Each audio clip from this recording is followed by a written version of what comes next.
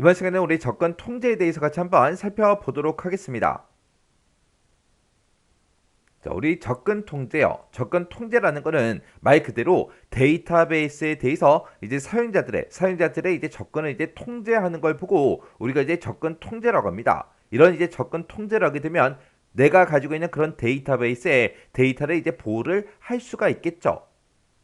해서 데이터가 저장된 그런 객체와 그리고 이걸 이제 사용하려는 그 주체 사이에 정보 흐름을 이제 제한하는 걸 보고 우리가 이제 접근 통제라고 합니다. 지금 여기 보게 되면 이제 객체라는 말이 나왔는데 우리 데이터베이스에서 이제 객체라는 거는 테이블이 됐든 뷰가 됐든 인덱스가 됐든 함수가 됐든 아니면 프로시저가 됐든 그런 여러 가지 이제 데이터베이스의 개체들을 의미하는 게 우리 객체고요. 그리고 이를 이제 사용하려는 주체라는 말이 나왔죠. 이 주체라는 거는 그냥 일반 사용자다. 그렇게 이제 생각하시면 돼요. 그런 테이블이 됐든 뷰가 됐든 인덱스가 됐든 그런 것들을 사용자들이 이제 사용하잖아요. 그래서 객체와 주체 사이에 그 정보 흐름을 제한한 거를 보고 우리가 이제 접근 통제라고 하더라. 그렇게 이제 기억하시면 돼요. 해서 우리 접근 통제라는 거는 데이터에 대해서 다음과 같은 이제 통제를 함으로써 자원의 이제 불법적인 그런 접근이 됐든 파괴가 됐든 그런 것들을 이제 예방할 수가 있습니다. 자, 예를 들어서 이제 내가 어떤 큰 회사에 이제 본사에 이제 내가 들어가려고 해요. 해서 1층에 이제 딱 하고 들어가게 되면 이제 로비가 나타나죠. 그리고 그곳에 이제 엘리베이터 타려고 이제 가다 보면 다른 사람들을 보니까 막 사원증을 막 삑삑삑삑 하고 찍고 막 들어가요. 건물 안으로 막 들어가는데 나는 그 건물에 이제 처음 방문했어요. 내가 그 회사에 어떤 특정 사람을 이제 만나기 위해서 그 회사에 이제 찾아갔단 말이에요. 그러면 나는 그 회사 직원이 아니니까 사원증이 없겠죠. 그러면 나는 카드를 찍고 들어갈 수가 있다 없다? 없더라. 해서 우리 1층에 보게 되면 이제 안내 데스크가 있죠. 해서 이제 내가 안내 데스크에 이제 찾아가서 이제 그곳에다가 내가 이 회사에 이제 누구를 만나러 방문을 했다. 그렇게 이제 얘기를 하게 되면 나한테 이제 방문자 기록 그 명단을 이제 작성하라고 하죠. 해서 내가 몇 월 며칠 몇 시에 어떤 팀의 누구를 이제 만나러 왔는지 방문 목적이 뭔지 그런 것들을 전부 다 이제 자세하게 기록을 합니다. 기록을 하고 나면 이제 그곳에서 그 해당 직원, 내가 만나고자 하는 그 직원을 불러주든 아니면 나한테 이제 방문증을 주든 그렇게 이제 둘 중에 하나를 해주겠죠. 그래야 이제 내가 그 사람을 만나든 아니면 그 회사 안으로 방문증을 가지고 들어갈 수가 있다고요. 그렇게 접근 통제라는 거는 비인가된 그런 사용자들의 접근을 이제 전부 다 이제 감시를 해주고요. 그리고 접근 요구를 한 그 사람이 있으면 그 사용자를 이제 식별을 해줍니다. 그리고 접근 요구의 정당성을 이제 확인하고 전부 다 이제 기록을 다 남겨요. 그리고 보안 정책에 이제 근거해서 접근을 이제 승인을 해주든 거부를 하든 할 수가 있는 거. 그게 이제 접근 통제라는 거예요. 이런 것들을 해서 우리 데이터베이스에 들어오는 그런 불법적인 접근도 우리가 이제 막을 수도 있고 파괴도 이제 예방을 할 수가 있다고요. 그때 이제 우리 접근 통제할 때 사용되는 기술이요. 접근 통제 기술에는 크게 보게 되면 이렇게 이제 세 가지가 있습니다. 임의 접근 통제라는 게 있고요. 그 다음에 강제 접근 통제라는 게 있고 역할 기반 접근 통제가 있고 이렇게 이제 크게 세 가지로 구분해서 우리가 이제 볼 수 있습니다. 자, 그럼 이제 우리 임의 접근 통제가 뭔지, 강제 접근 통제가 뭔지, 역할 기반 접근 통제가 뭔지 이 세 가지 좀 같이 한번 살펴보자고요. 자, 우리 임의 접근 통제요. 임의 접근 통제라는 거는 우리가 영어로 이제 DAC 그렇게 이제 불러요. 이 임의 접근 통제라는 거는 데이터에 이제 접근하는 그 사용자의 신원에 따라서 그 접근 권한을 이제 부여하는 그런 방식을 보고 우리가 이제 임의 접근 통제 그렇게 이제 부르는 거예요. 그때 이 임의 접근 통제라는 거는 데이터를 실제로 이제 소유하고 있는 그 소유자 있죠. 그 데이터 소유자가 접근 통제 권한을 가지고 있어요. 해서 그 사람이 이제 접근 통제에 관한 그런 권한을 지정하고 이제 제어를 합니다. 이게 뭘 얘기하냐? 예를 들어서 내가 이제 컴퓨터를 이제 내가 돈 주고 이제 한 대를 사서 집에 갖다 놨습니다. 그러면 그 컴퓨터는 이제 가족들을 모아놓고 이 컴퓨터는 내 컴퓨터니까 아무도 쓰지 마. 그럴 수도 있겠죠. 그리고 누구는 써도 돼, 누구는 쓰면 안 돼. 그런 식으로 데이터를 이제 소유한 그 소유자가 접근 통제 권한을 이제 가지고 그 접근 통제 권한을 지정하고 제어할 수 있는 게 우리 임의 접근 통제 방식이요. 그래서 얘는 이제 객체를 이제 생성한 그 사용자가 있겠죠. 그 객체를 이제 생성한 그 사용자가 생성된 그 객체에 대해서 모든 권한을 전부 다 이제 부여를 받아요. 모든 권한을 이제 싹 다 이제 부여를 받고 그 부여된 권한을 다른 사용자한테도 허가해 줄 수 있는 거. 그게 이제 임의 접근 통제 방식이요. 그때 이제 임의 접근 통제에 사용되는 우리 SQL 명령어에는 우리 grant라는 게 있고 revoke가 있고 이렇게 이제 두 가지가 있습니다. 우리가 이후에 이제 섹션에서 우리가 SQL 명령어에 대해서 자세히 배울 건데 그때 이제 grant라는 이 명령이 있고 revoke라는 이 명령이 있습니다. 그때 grant와 revoke 좀 잠깐 보고 지나가자고요. 그때 이제 grant라는 이 명령이요. 이 grant라는 명령은 내가 가지고 있는 그 객체에 대해서 권한을 이제 부여할 때 그때 이제 사용하는 명령어가 우리 grant라는 이 명령어고요. 그리고 우리 revoke라는 이 명령어는 객체에 이제 부여된 그런 권한을 취소시킬 때 권한을 다시 뺏어 올 때 사용하는 그 명령이 우리 revoke라는 이 명령어입니다. 그때 이제 grant resource to KORA 이렇게 이제 쓰게 되면 사용자 아이디가 KORA인 그 사용자에 대해서 데이터베이스나 우리 테이블을 생성할 수 있는 그런 권한을 이제 부여하겠다. 그렇게 이제 사용이 된 그 명령이요. 그리고 이 밑에 보니까 이제 얘하고 리보크라는 이 명령어가 이제 사용이 됐죠. 해서 업데이트 온 고객 from 줄리아라고 그렇게 이제 돼 있습니다. 그러면 사용자 아이디가 이제 줄리아인 그 사람에 대해서 고객 테이블에 대한 그 업데이트 할 수 있는 그런 권한을 취소하겠다. 그런 뜻으로 이제 사용된 거예요. 그렇게 해서 우리가 이제 특정 권한을 줄 때 이제 grant라는 이 명령을 쓰고 그리고 권한을 이제 취소시킬 때 권한을 다시 뺏어올 때 우리가 revoke라는 이런 명령어를 이용해서 권한을 부여하고 권한을 취소하는 게 우리 임의 접근 통제 방식이요. 그래서 우리 임의 접근 통제 DAC라는 거는 사용자 이제 신원에 따라서 이제 접근 권한을 전부 다 이제 부여하는 그런 방식을 보고 얘기하는데 그때 이제 권한을 지정하고 권한을 이제 제어할 수 있는 그 사람이 누구다? 데이터 소유자다. 해서 데이터, 객체를 이제 생성한 그 사용자가 객체에 생성된 모든 권한을 전부 다 이제 부여를 받고 그리고 그때 이제 부여받은 그런 권한을 다른 사용자한테도 허가할 수 있더라.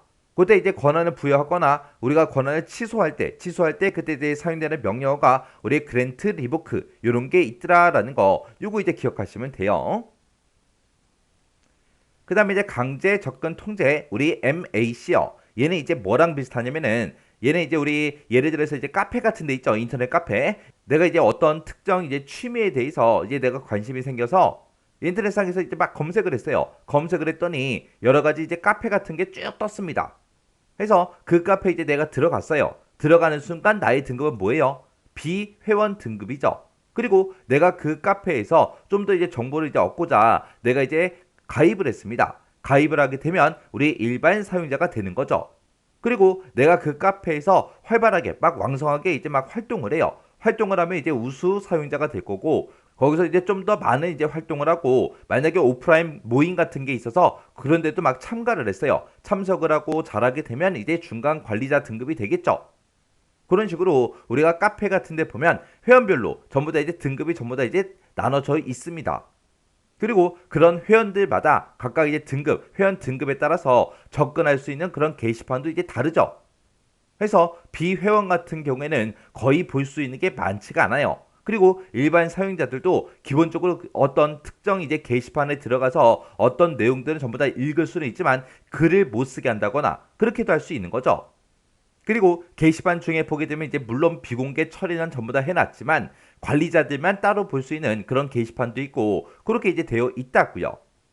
이 강제 접근 통제라는 거는 우리 주체와 이제 객체에다가 전부 다 이제 등급을 전부 다 이제 매겨놓고 그 등급을 서로 비교해서 접근 권한을 부여하는 그런 방식을 보고 우리가 이제 강제 접근 통제 그렇게 이제 부릅니다. 여기서 주체라는 건 이제 사용자를 보고 얘기하는 거고 여기서 객체라는 거는 우리 데이터베이스 객체를 보고 얘기하죠. 그래서 이 강제 접근 통제라는 거는 우리 데이터베이스에 들어있는 그런 객체별로 전부 다 이제 보안 등급을 전부 다 이제 부여를 해요. 그리고 사용자별로도 인가 등급을 전부 다 이제 부여를 합니다. 해서 이 등급을 서로 이제 비교해서 접근 권한을 부여하는데 그때 얘는 시스템이 이제 접근 통제 권한을 전부 다 이제 지정을 해줘요. 해서 이 강제 접근 통제라는 거는 주체와 객체의 등급을 서로 비교해서 접근 권한을 부여하는 그런 방식을 보고 얘기하더라. 그때 이제 주체는 그러고 나는데 주체가 이제 사용자를 보고 얘기하죠. 이 사용자는 자신보다 이제 보안 등급이 높은 그런 객체에 대해서는 읽기다, 수정이다, 등록이다 이런 게 전부 다 이제 불가능하고 그리고 보안 등급이 이제 같은 객체요. 사용자 등급이랑 보안 등급이랑 만약에 같아요. 같은 그런 객체에 대해서는 읽기, 수정, 등록 이런 게 모두 다 이제 가능합니다. 그리고 보안 등급이 낮은 그런 객체에 대해서는 읽기가 이제 가능하더라. 이런 게 이제 우리 강제 접근 통제요. 강제 접근 통제는 접근 통제 권한을 누가 전부 다 지정한다. 우리 시스템이 전부 다 이제 지정하더라. 그리고 객체별로 보안 등급을 부여하더라. 그리고 사용자별로도 이제 인가 등급을 전부 다 이제 부여해서 그런 등급을 서로 비교해서 접근 권한을 부여하는 그런 방식을 보고 얘기한다라고 그렇게 이제 기억하시면 됩니다. 그 다음에 이제 우리 역할 기반 접근 통제요. RBAC라는 거요. 얘는 이제 사용자의 이제 역할에 따라서 접근 권한을 부여하는 그 방식을 보고 얘기하는데 이 역할 기반 접근 통제는 우리 중앙관리자가 따로 있어요. 이 중앙관리자가 접근 통제 권한을 전부 다 이제 지정을 해 줍니다. 예를 들어서 이제 제가 어떤 특정 회사에 이제 신입사원으로 회계팀에 만약에 이제 입사를 했다고 생각해 보세요. 그러면 제가 그 회사에 들어가서 이제 제일 처음에 이제 해야 되는 게 각각 이제 직원들마다 이제 수당 같은 것도 이제 계산하고 급여도 이제 계산하고 계산을 하겠죠. 그러려면 이제 우리 직원 테이블도 전부 다 이제 제가 볼 수 있어야 되고요. 그리고 이제 근무 시간이나 출장 같은 거 이제 갔다 왔나 안 갔다 왔나 그런 것도 이제 전부 다 확인해야 되기 때문에 이제 근무 테이블도 전부 다 이제 제가 접근할 수 있어야 돼요. 그리고 사람들마다 이제 각각 이제 기본급이 정해져 있을 거 아니에요. 그런 기본급을 볼 수 있는 급여 테이블도 전부 다 이제 제가 볼 수 있어야 되고 볼 수 있어야 돼요. 그런 것들을 보고 이제 전부 다 이제 제가 계산해서 월급 계산을 전부 다 이제 처리하겠죠.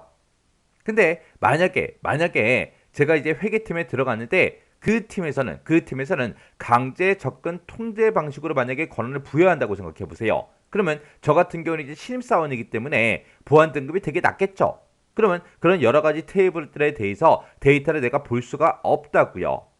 그리고 임의 접근 통제 방식 같은 경우에는 그 객체 이제 소유자가 이제 우리 접근 통제 권한을 지정한다 그랬죠.